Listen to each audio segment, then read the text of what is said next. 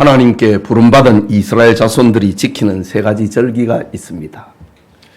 신명기 16장에 기록되었듯이 애굽에서의 구원을 기념하는 유월절, 그리고 봄의 결실을 감사하는 칠칠절, 맥추절이라고도 하지요. 그리고 가을의 결실을 감사하는 초막절, 이 세 절기입니다. 이스라엘 자손들이 수천 년 동안 시련을 겪고 나라를 잃고 유리방황하는 세월 속에서도 민족의 혼을 지키고 잃었던 영토를 회복할 수 있었던 것은 하나님 신앙 교육의 힘이었습니다. 그들은 가정과 회당에서 하나님의 말씀을 배우고 절기에는 성전에 와서 하나님이 함께 하셨던 은혜의 역사를 배우고 확인하고 되새겼습니다. 이것이 이스라엘을 만든 것입니다. 오늘은 세계의 교회가 지키는 맥추절, 칠칠절을 한 주간 앞두고 있습니다. 맥추절은 앞서 말씀드린 것처럼 구원을 기념을 하는 유월절 후에 7주를 보내고 50일째 되는 날입니다.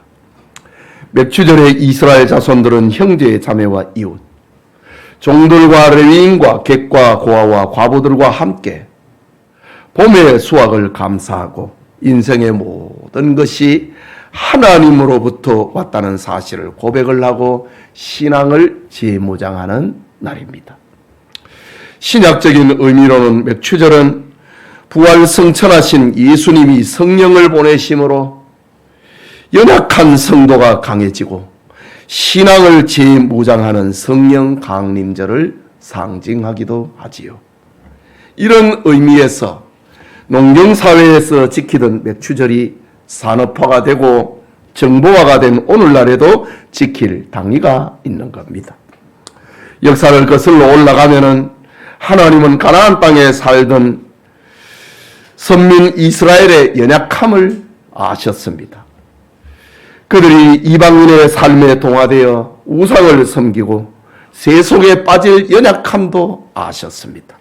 그래서 하나님은 각종 규례와 절기를 통하여서 과거에 베풀어 주신 구원과 은혜를 현재화하고 그리고 실제화하고 하나님과의 관계를 재정립하도록 하신 겁니다.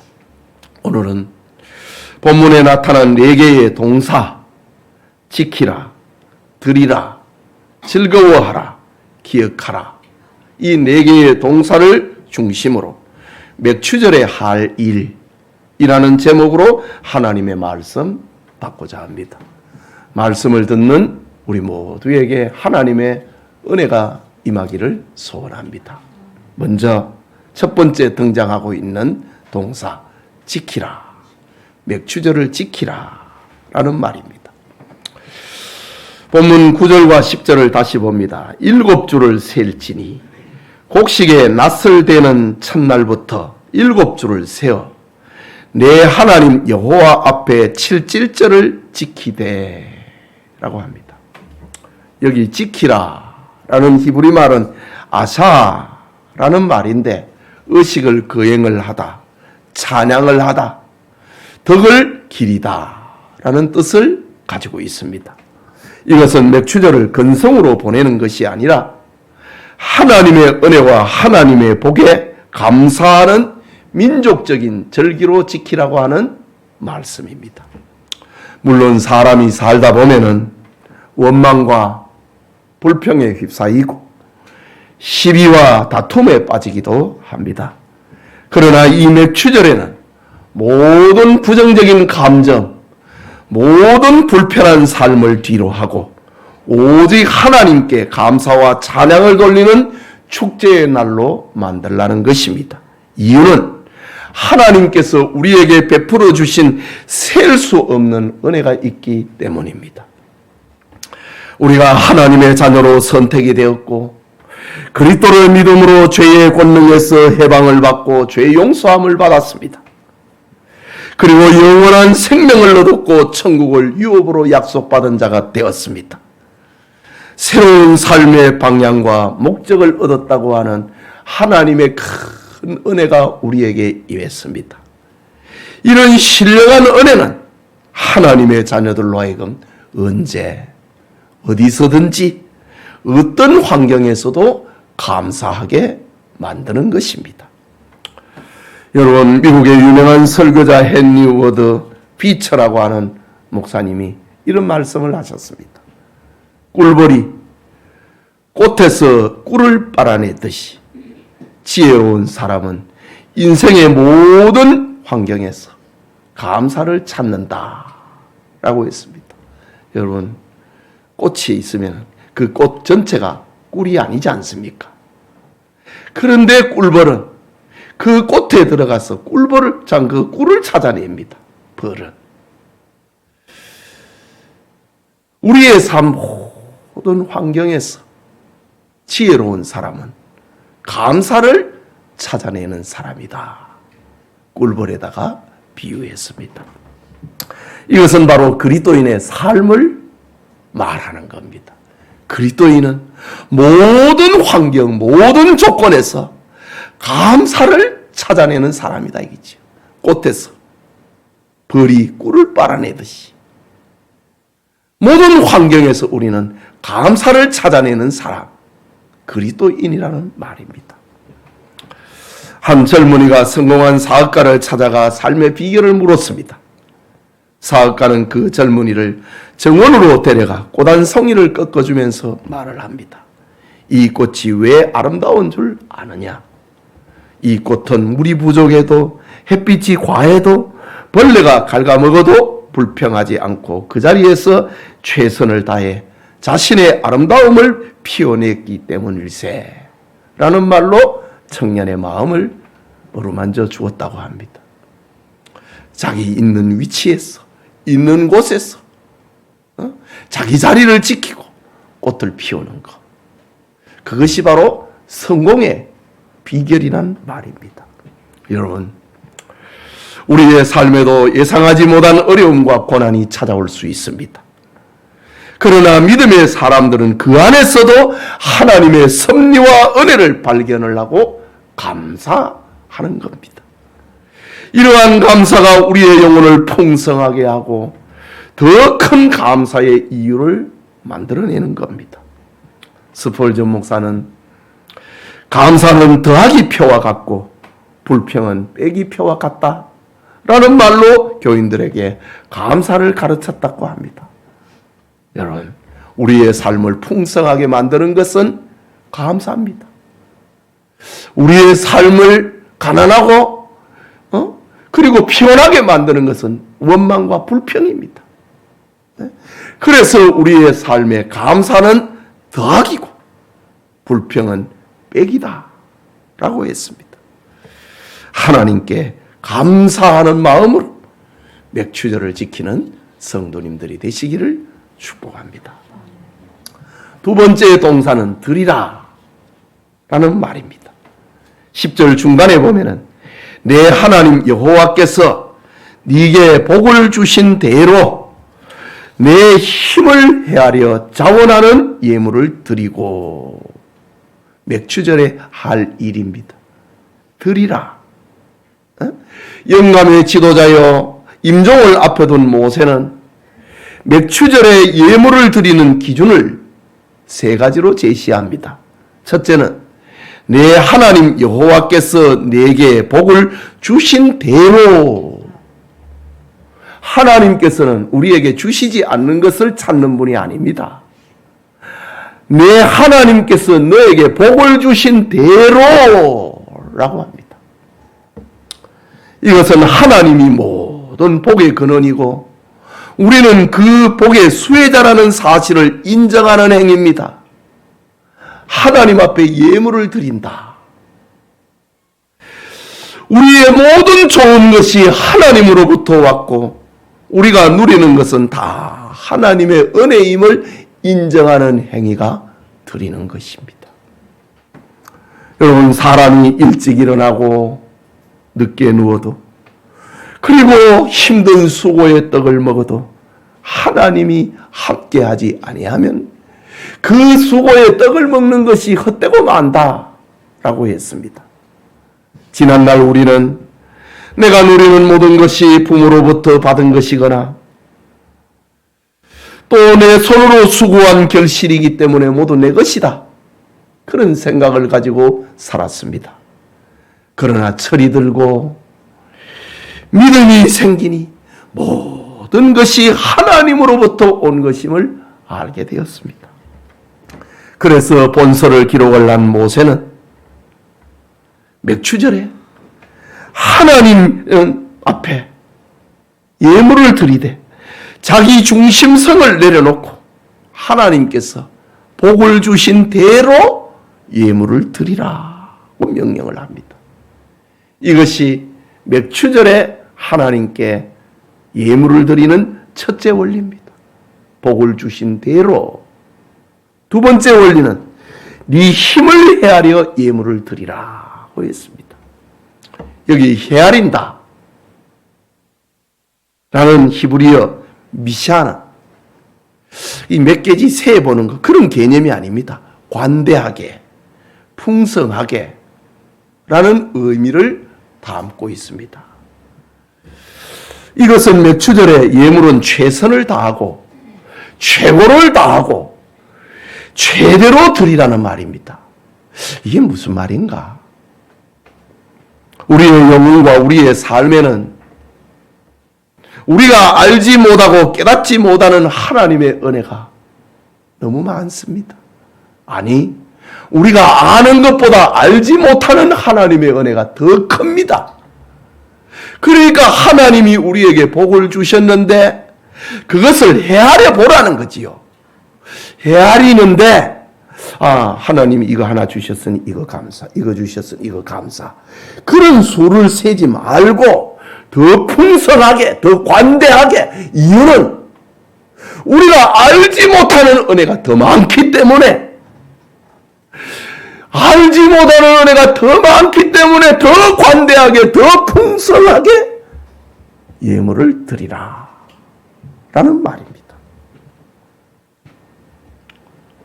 세 번째 원리는 자원하는 예물을 드리라고 합니다. 오늘 본문 그대로지요. 헤아려 자원하는 예물을 드리고 라고 합니다. 자원한다. 이것은 억지가 아닌 즐거움으로 드리는 것을 말하지요. 생각해 봅시다. 자녀가 부모의 생일을 인색함이나 불평함으로 준비한다면 부모는 자식을 괘씸하게 생각할 것입니다. 마찬가지로 하나님께 억지로 마지못해 인색함으로 혹은 체면 치료로 감사절을 지킨다면 이것은 하나님을 욕되게 하는 행위가 되는 겁니다. 물론 하나님은 예물의 양이 아니라 그 마음과 그 정성을 보십니다. 그래서 예수님은 부자들이 드린 큰 액수의 헌금보다 가난한 과부가 드린 2렙돈의 헌금을 더 기뻐하셨지요. 이유는 과부의 생활비 전체를 드린 것이고 그리고 자원하는 마음으로 하나님 앞에 드렸기 때문입니다. 맥추절에 하나님께 예물을 드리는 것은 자원하는 마음으로 드리라 라고 했습니다. 그게 세 번째 동사, 즐거워하라 라는 말을 생각해 봅니다. 11절의 말씀입니다. 너와 내 자녀와 노비와 내 성중에 있는 레위인과 및 너희 중에 있는 객과, 나그네를 말하지요.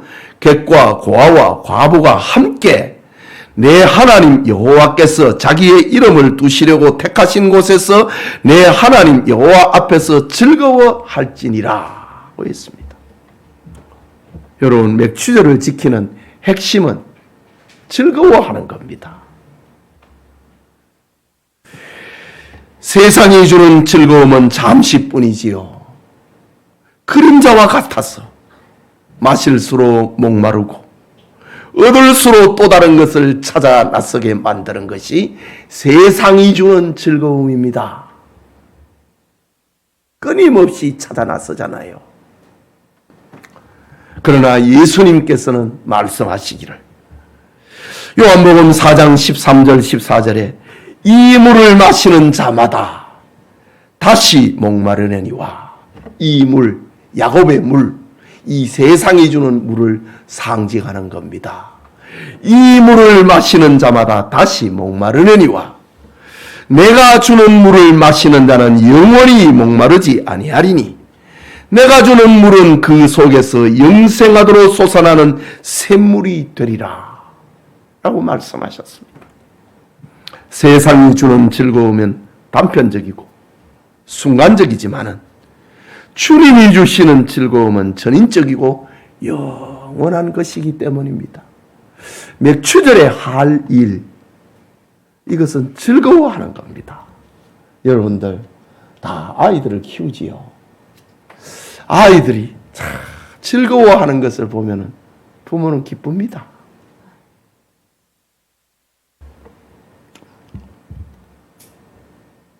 성도들이 즐거워하는 것을 하나님은 좋아하십니다. 구원을 얻었는데 하나님의 자녀가 됐는데 좀 무엇 때문에 즐거워하지 못하는가? 하나님은 하나님의 자녀가 되었다고 하는 것, 구원인이 되었다고 하는 것, 소망의 사람이 되었다고 하는 것, 그것을 마음에 담고 즐거워하는 것을 하나님은 기뻐하십니다. 또한 맥추절에는 혼자 즐거워하지 말고 함께 즐거워하라고 합니다. 11절에 계속되는 말입니다. 너와 네 자녀와 노비와 네 성중에 있는 레위인과 및 너희 중에 있는 객과 고아와 과부가 함께 즐거워하라 라고 합니다. 함께 즐거워하라고 합니다. 그리고 그 즐거워하는 장소는 내 하나님 여호와께서 자기의 이름을 두시려고 택하신 곳에서 라고 합니다. 성막을 말하지요. 모세 시대는. 오늘날로 말하면 교회입니다. 하나님이 피로 값주고 사신 교회 안에서 성도들이 기뻐하고 교제하는 것. 이것이 맥추절에 할 일입니다. 여러분, 초기 기독교 공동체의 이야기는 진정한 기쁨이 어디에서 오는지를 보여주고 있습니다. 성도들의 즐거움이 무엇인지, 크리스찬의 엔조이가 무엇인지를 보여주고 있는 것이 초기 기독교 공동체의 모습에서 말하고 있습니다. 사도행전 2장에 기록된 대로를 보면은 오순절 성령 강림 이후의 성도들은 사도의 가르침을 받아 서로 교제하고 떡을 떼며 오로지 기도하기를 힘쓰니라. 이게 크리스찬의 엔조이였습니다. 그들은 날마다 마음을 같이하여 성전에 모이기를 힘쓰고 집에서 떡을 떼며 기쁨과 순전한 마음으로 음식을 먹고 하나님을 찬미하며 온 백성에게 칭송을 받으니 주께서 구원받는 사람을 날마다 더하게 하시니라. 교회는 즐거움의 공동체라는 거지요. 기쁨의 공동체입니다. 나눔의 공동체입니다.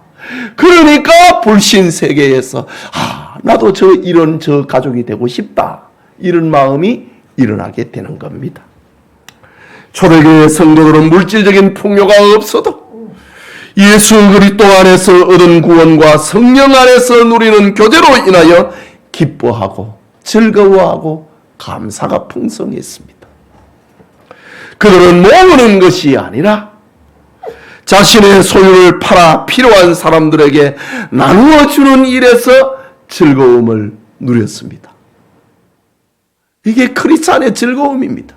크리스찬의 즐거움은 모으는 게 아니라 나누어 주는 것입니다.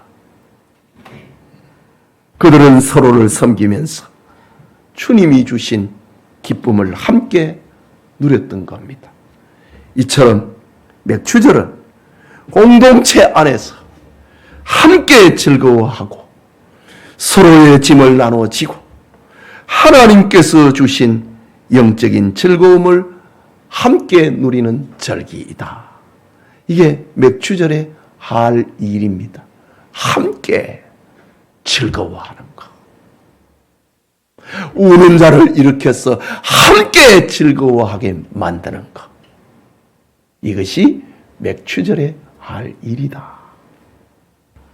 네 번째 동사, 기억하라 라는 겁니다. 12절입니다. 너는 애굽에서 종되었던 것을 기억하고 이 규례를 지켜 행할지니라. 이 규례, 맥추절을 말하는 거지요. 애굽에서 종되었던 것을 기억하면서 이 절기를 지키라고 합니다.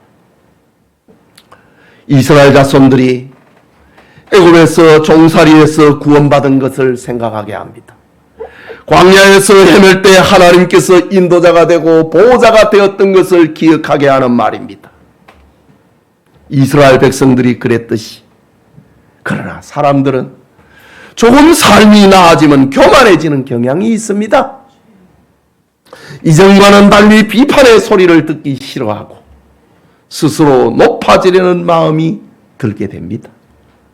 그때가 영적으로 추락하는 순간임을 알아야 됩니다. 반면에 감사합니다. 죄송합니다.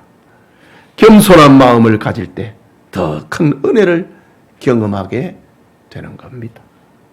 모세의 권면처럼 하나님의 자녀된 우리는 그리스도 밖에서 죄의 종으로 살던 우리를 구원하신 그 하나님의 은혜를 기억해야 합니다. 잘 될 때에 하나님께서 재물을 얻을 능력을 주셨음을 기억해야 합니다. 하나님의 은혜를 기억하는 것. 이것이 맥추절에 할 일입니다. 하나님께서는 해마다 이렇게 절기를 지키게 하심으로 자기 백성들을 하나님의 사람으로 만들어 가셨던 겁니다. 사랑하는 영천의 성도 여러분, 영국의 대문호인 셰익스피어가 지은 4대 비극 중의 하나인 리어 왕에 대해서 잠깐 생각해 봅니다. 그리고 말씀을 마치고자 합니다. 리어 왕에서는 인간의 욕심, 인간의 배신, 그리고 진정한 사랑을 알려주는 셰익스피어의 4대 비극 가운데 하나입니다. 이야기는 나이가 든 리어 왕이 자신의 왕국을 세 딸에게 나누어 주려고 하는 계획에서 시작됩니다. 교활한 첫째 딸 고노릴과 둘째 딸 리거는 과장된 은사로 왕을 기쁘게 합니다. 진정으로 아버지를 사랑했던 막내딸 코넬리아는 진실하고 소박하게 자신의 사랑을 아버지에게 표현합니다. 그런데 리어 왕은 이러한 코넬리아의 진심을 오해하고 분노합니다. 그녀에게 자기가 줄 유산에서 제외를 시키고 왕국에서 추방해버립니다. 하지만 왕국을 차지했던 고노릴과 리거는 곧바로 모든 것을 얻고 난 다음에는 아버지를 업신여기고 학대하기 시작합니다. 왕으로서의 권위와 아버지로서의 존경심을 잃고 두 딸에게 배신당한 리어 왕은 정신착란에 빠져 폭풍과 몰아치는 광야를 헤매게 됩니다. 한편 리어 왕에게 추방당했던 코델리아는 당시의 영국에 비하면 소국과 같은 프랑스의 왕과 결혼합니다. 그녀는 아버지가 두 언니에게 배신당하고 비참한 처지에 놓였다는 소식을 듣고 아버지를 구하기 위하여 프랑스 군대를 이끌고 영국으로 진격합니다. 하지만 코델리아는 전투에서 패하고 죽고 맙니다. 이때 리어 왕은 막내딸 코넬리아의 시신을 품에 안고 비통함에 이기지 못해서 죽어가면서 한마디 말을 남깁니다. 감사하지 않는 자식은 뱀의 날카로운 이빨보다도 더 날카롭게 가슴을 찌르는구나. 리어 왕의 마지막 대사입니다. 여러분, 셰익스피어의 소설은 기독교 문화가 만든 결실인데 성경에는 감사하지 않아 하나님의 마음을 아프게 한 이들이 수없이 많았습니다. 동생 아벨을 죽인 가인이 그렇고 광야의 이스라엘 백성들이 그랬습니다. 왕이 된 사울이 그랬고 아나니아와 삽비라가 그랬습니다. 감사를 잃어버린 그리고 하나님의 마음을 아프게 한 것은 이스라엘 역사뿐만이 아니라 전 인류의 역사가 그렇습니다. 여러분은 어떻다고 생각하십니까? 오늘은 하나님께서 우리를 위해 행하신 구원과 지난 6개월 동안 베풀어 주신 은혜를 감사하는 맥추절을 한 주 앞에 두고 있습니다. 맥추절을 기억하라. 힘을 다하여 자원하며 예물을 드리라. 함께 즐거워하라. 그리고 종되었던 때를 기억하라. 맥추절에 할 일을 마음에 담고 하나님께 감사하는 성도님들이 다 되시기를 주님의 이름으로 축복합니다. 우리 말씀을 생각하고 기도합시다. 지키라, 드리라, 즐거워하라, 기억하라.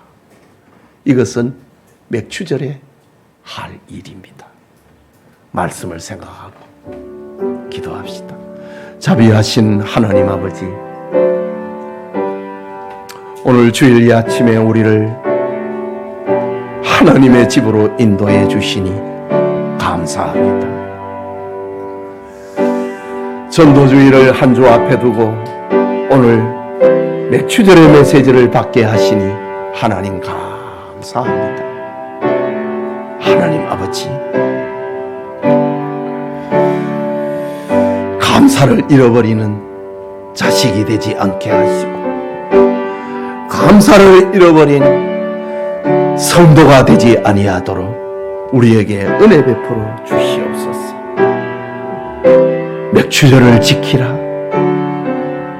힘을 다해 자원하는 마음으로 예물을 드리라. 함께 즐거워하라. 그리고 종되었던 때를 기억하라. 하나님, 우리를 하나님의 사람 되게 만드는 하나님의 말씀의 포로가 되게 하여 주시옵소서. 하나님의 말씀에 이끌림을 받는 우리 성도들이 다 되게 하여 주시옵소서. 하나님, 말씀을 받고 합심하여 기도합니다.